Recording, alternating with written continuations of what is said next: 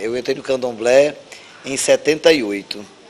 Eu já tinha um histórico antes, ter passado por espiritismo, por umbanda, pelo culto de Jurema, mas foi dentro assim do candomblé que eu passei para o estágio do bolonã, que é quando a gente vai assistir, que entra no transe que cai, sem saber nada, completamente leigo.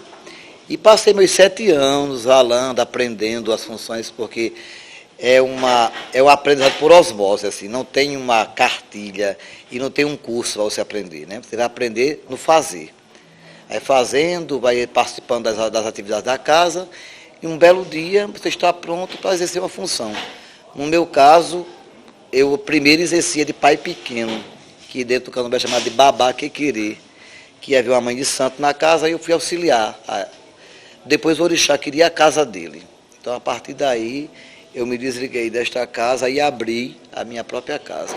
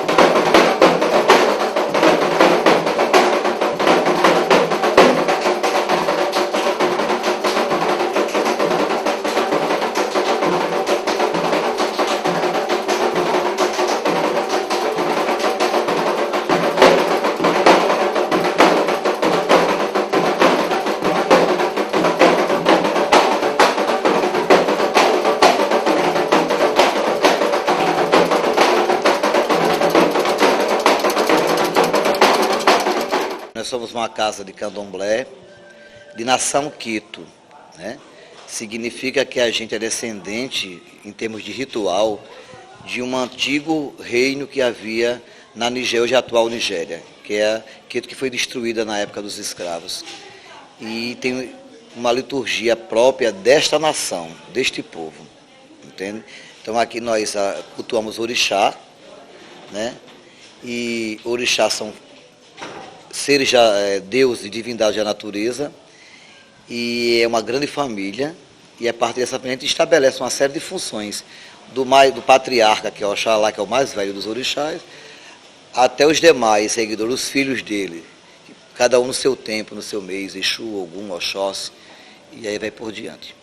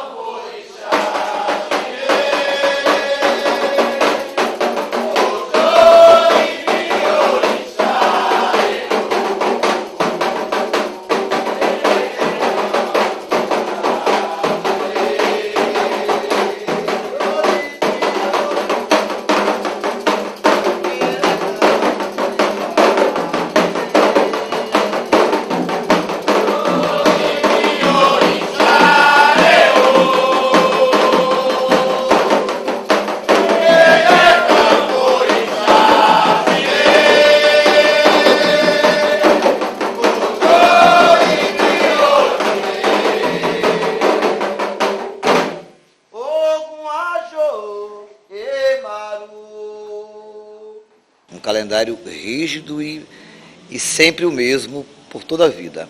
São 10 comemorações por ano, né? Porque as divindades são 601 e trazidas para o Brasil, a gente cultua em torno de 23, 24 dessas divindades. Mas como elas são agregadas em famílias, uma função dessa envolve vários orixás, a função dessa, né? Então, por isso que são só 10 funções por ano, senão seria praticamente todo dia, né, se fosse fazer. Ogum palé palonão, ogum ajô e maru.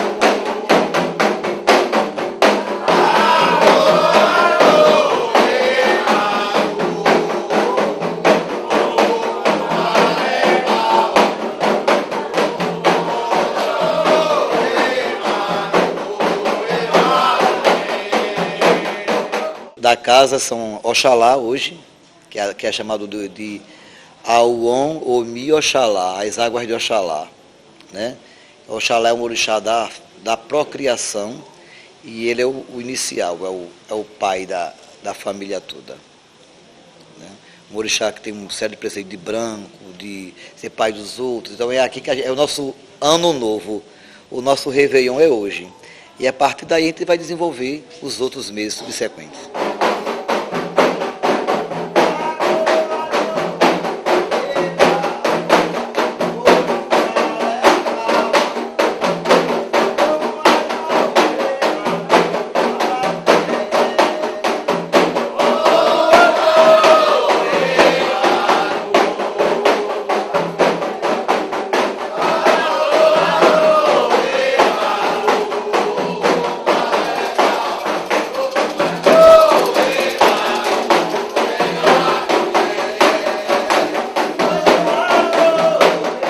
Olha, a iniciação no candomblé, ela vai obedecer 2 aspectos distintos.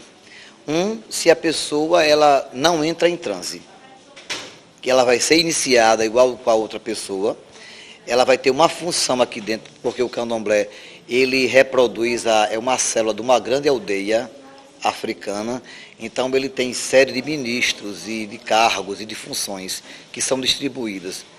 Então ela não entra em transe, mas ela vai ser iniciada, ela vai assumir uma função dessa, de ser um ministro desse, um senhor deste ou uma senhora. E o outro é o que entra em transe, que esse vai ser uma espécie de sacerdote, né? Ele vai se buscar o orixá dele, qual é o orixá dele, ele vai ser iniciado para esse orixá, ele vai cumprir uma série de preceitos durante 7 anos, até atingir a maioridade dele. A partir daí ele vai assumir também uma função de cargo dentro da religião. Vai se tornar um sacerdote ou uma sacerdotisa.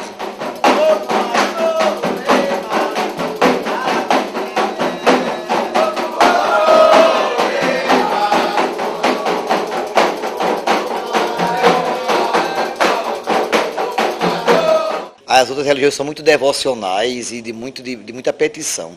O candomblé não trabalha com isso. O candomblé trabalha com a ideia de que existe uma energia em todas as coisas, que é o axé, e você, segundo o seu entendimento, você utiliza essa energia para construir sua vida, né?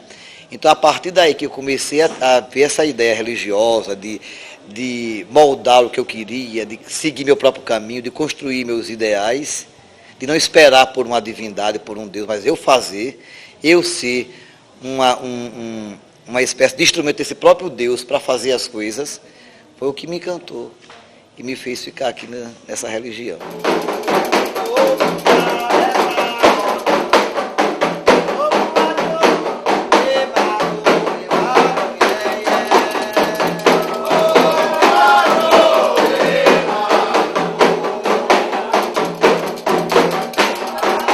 A grande diferença do candomblé é que o que chama atenção, que difere das religiões, é porque todas as religiões procuram homogeneizar as pessoas, né? Todo mundo segue o mesmo padrão para atingir uma perfeição. O candomblé ele tem a ideia básica de crescer pela diferença. Então, no candomblé não existe o certo e o errado. O seu certo pode ser errado para mim, vice-versa. Então, é uma religião sem preconceito. São bem-vindos todas as categorias sociais, sexuais, morais, todo mundo é bem-vindo. Por quê? Porque é nessa diferença, no confronto da diferença que a gente vai crescer. A gente, se fosse todo mundo igual, a gente não cresceria. Tanto que é um Deus único, que é o Olorum, mas delegou aos orixás, que são os ministros dele, funções diferentes, temperamentos, arquétipos diferentes. E nesse confronto, encontrar um que é mais justiceiro, outro é mais guerreiro, outro é mais conselheiro, juntar esse povo todo é que promove a evolução do grupo. Foi isso que mais me chamou a atenção no candomblé e que me fez parar e querer ficar aqui.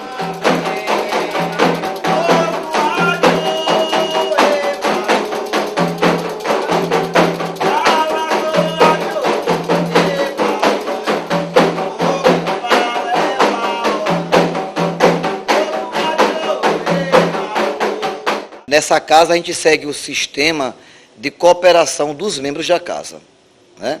É uma casa totalmente religiosa. Então, se nós temos 70 membros na casa, cada um colabora com uma parte, a gente junta e promove os cultos, promove os benefícios na casa. A maioria dos candomblés, eles não têm esse tipo de sociedade, então eles têm que depender de pessoas que venham, que simpatizantes, que façam uma cura, executem um trabalho, uma atividade espiritual, e daí eles são remunerados, o babalorixá pega esse dinheiro e investe na casa, investe nas obrigações da casa, na obrigação do Espírito Santo.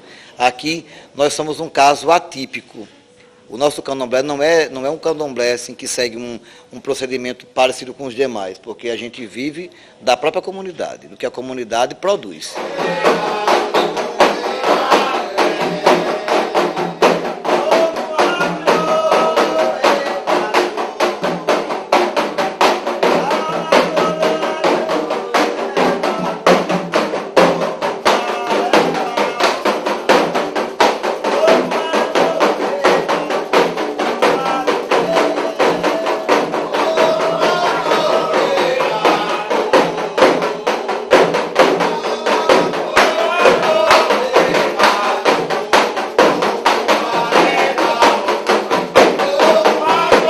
Uma sociedade tipicamente cristã, uma religião que não é cristã, que professa outras divindades, outros deuses.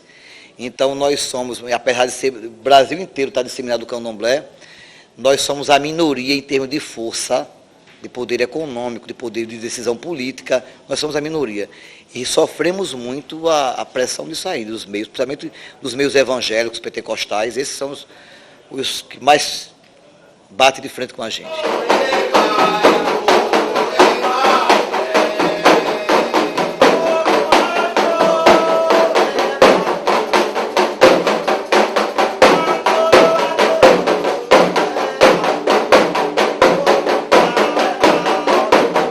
É importante que as pessoas conheçam a cultura do candomblé para desmistificar coisas que tem aí fora, né? Tem muita gente aí dando opinião sobre candomblé sem saber. Aí chama candomblé de espiritismo, o candomblé não é espírita.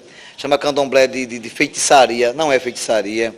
Chama candomblé que aumenta trabalho, que cultua o diabo, essas coisas todas. Então, seria bom que o candomblé mostrasse essa cultura para que as pessoas começassem a ver uma outra coisa, sabe? Começassem a ver o que realmente é, não aquilo que elas acham que é, entendeu? Então, nesse ponto, nós precisamos muito que o candomblé se mostre os seus dogmas, as suas crenças. Não estou falando de mostrar rituais de iniciação, rituais de dentro, mas mostrar a cultura, né? Do que é que o candomblé acredita, em que ele se fundamenta, como é que o candomblé procede em relação a questões sociais, morais, por exemplo. Como é que o candomblé reage em relação ao aborto, ao crime, entendeu? Então, é isso que está faltando na religião, é ela mostrar a cara dela tal qual ela é, sem o que o pessoal pinta lá fora.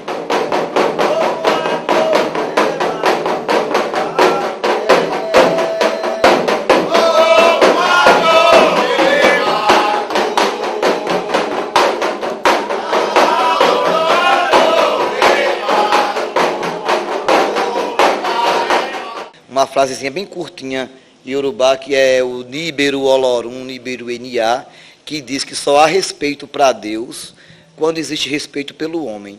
Então, para o candomblé, na hora que um ser humano de respeitar outro ser humano, ele está respeitando a divindade que há naquela pessoa. Então, nós não trabalhamos contra ninguém. Nós trabalhamos para que todos tenham o direito a existir, a professar suas crenças, suas identidades. A gente não quer converter ninguém, a gente não quer que o evangélico deixe de ser evangélico. A gente quer que haja respeito, tanto de nós para eles, quanto deles para nós, para que o mundo se equilibre e todo mundo consiga atingir seus objetivos de felicidade, que todo mundo está correndo atrás é disso mesmo. Quem chuta a cabeça de um perverso é outro perverso. Então nós somos uma religião da paz. Não estamos atacando ninguém aí fora, somos os atacados.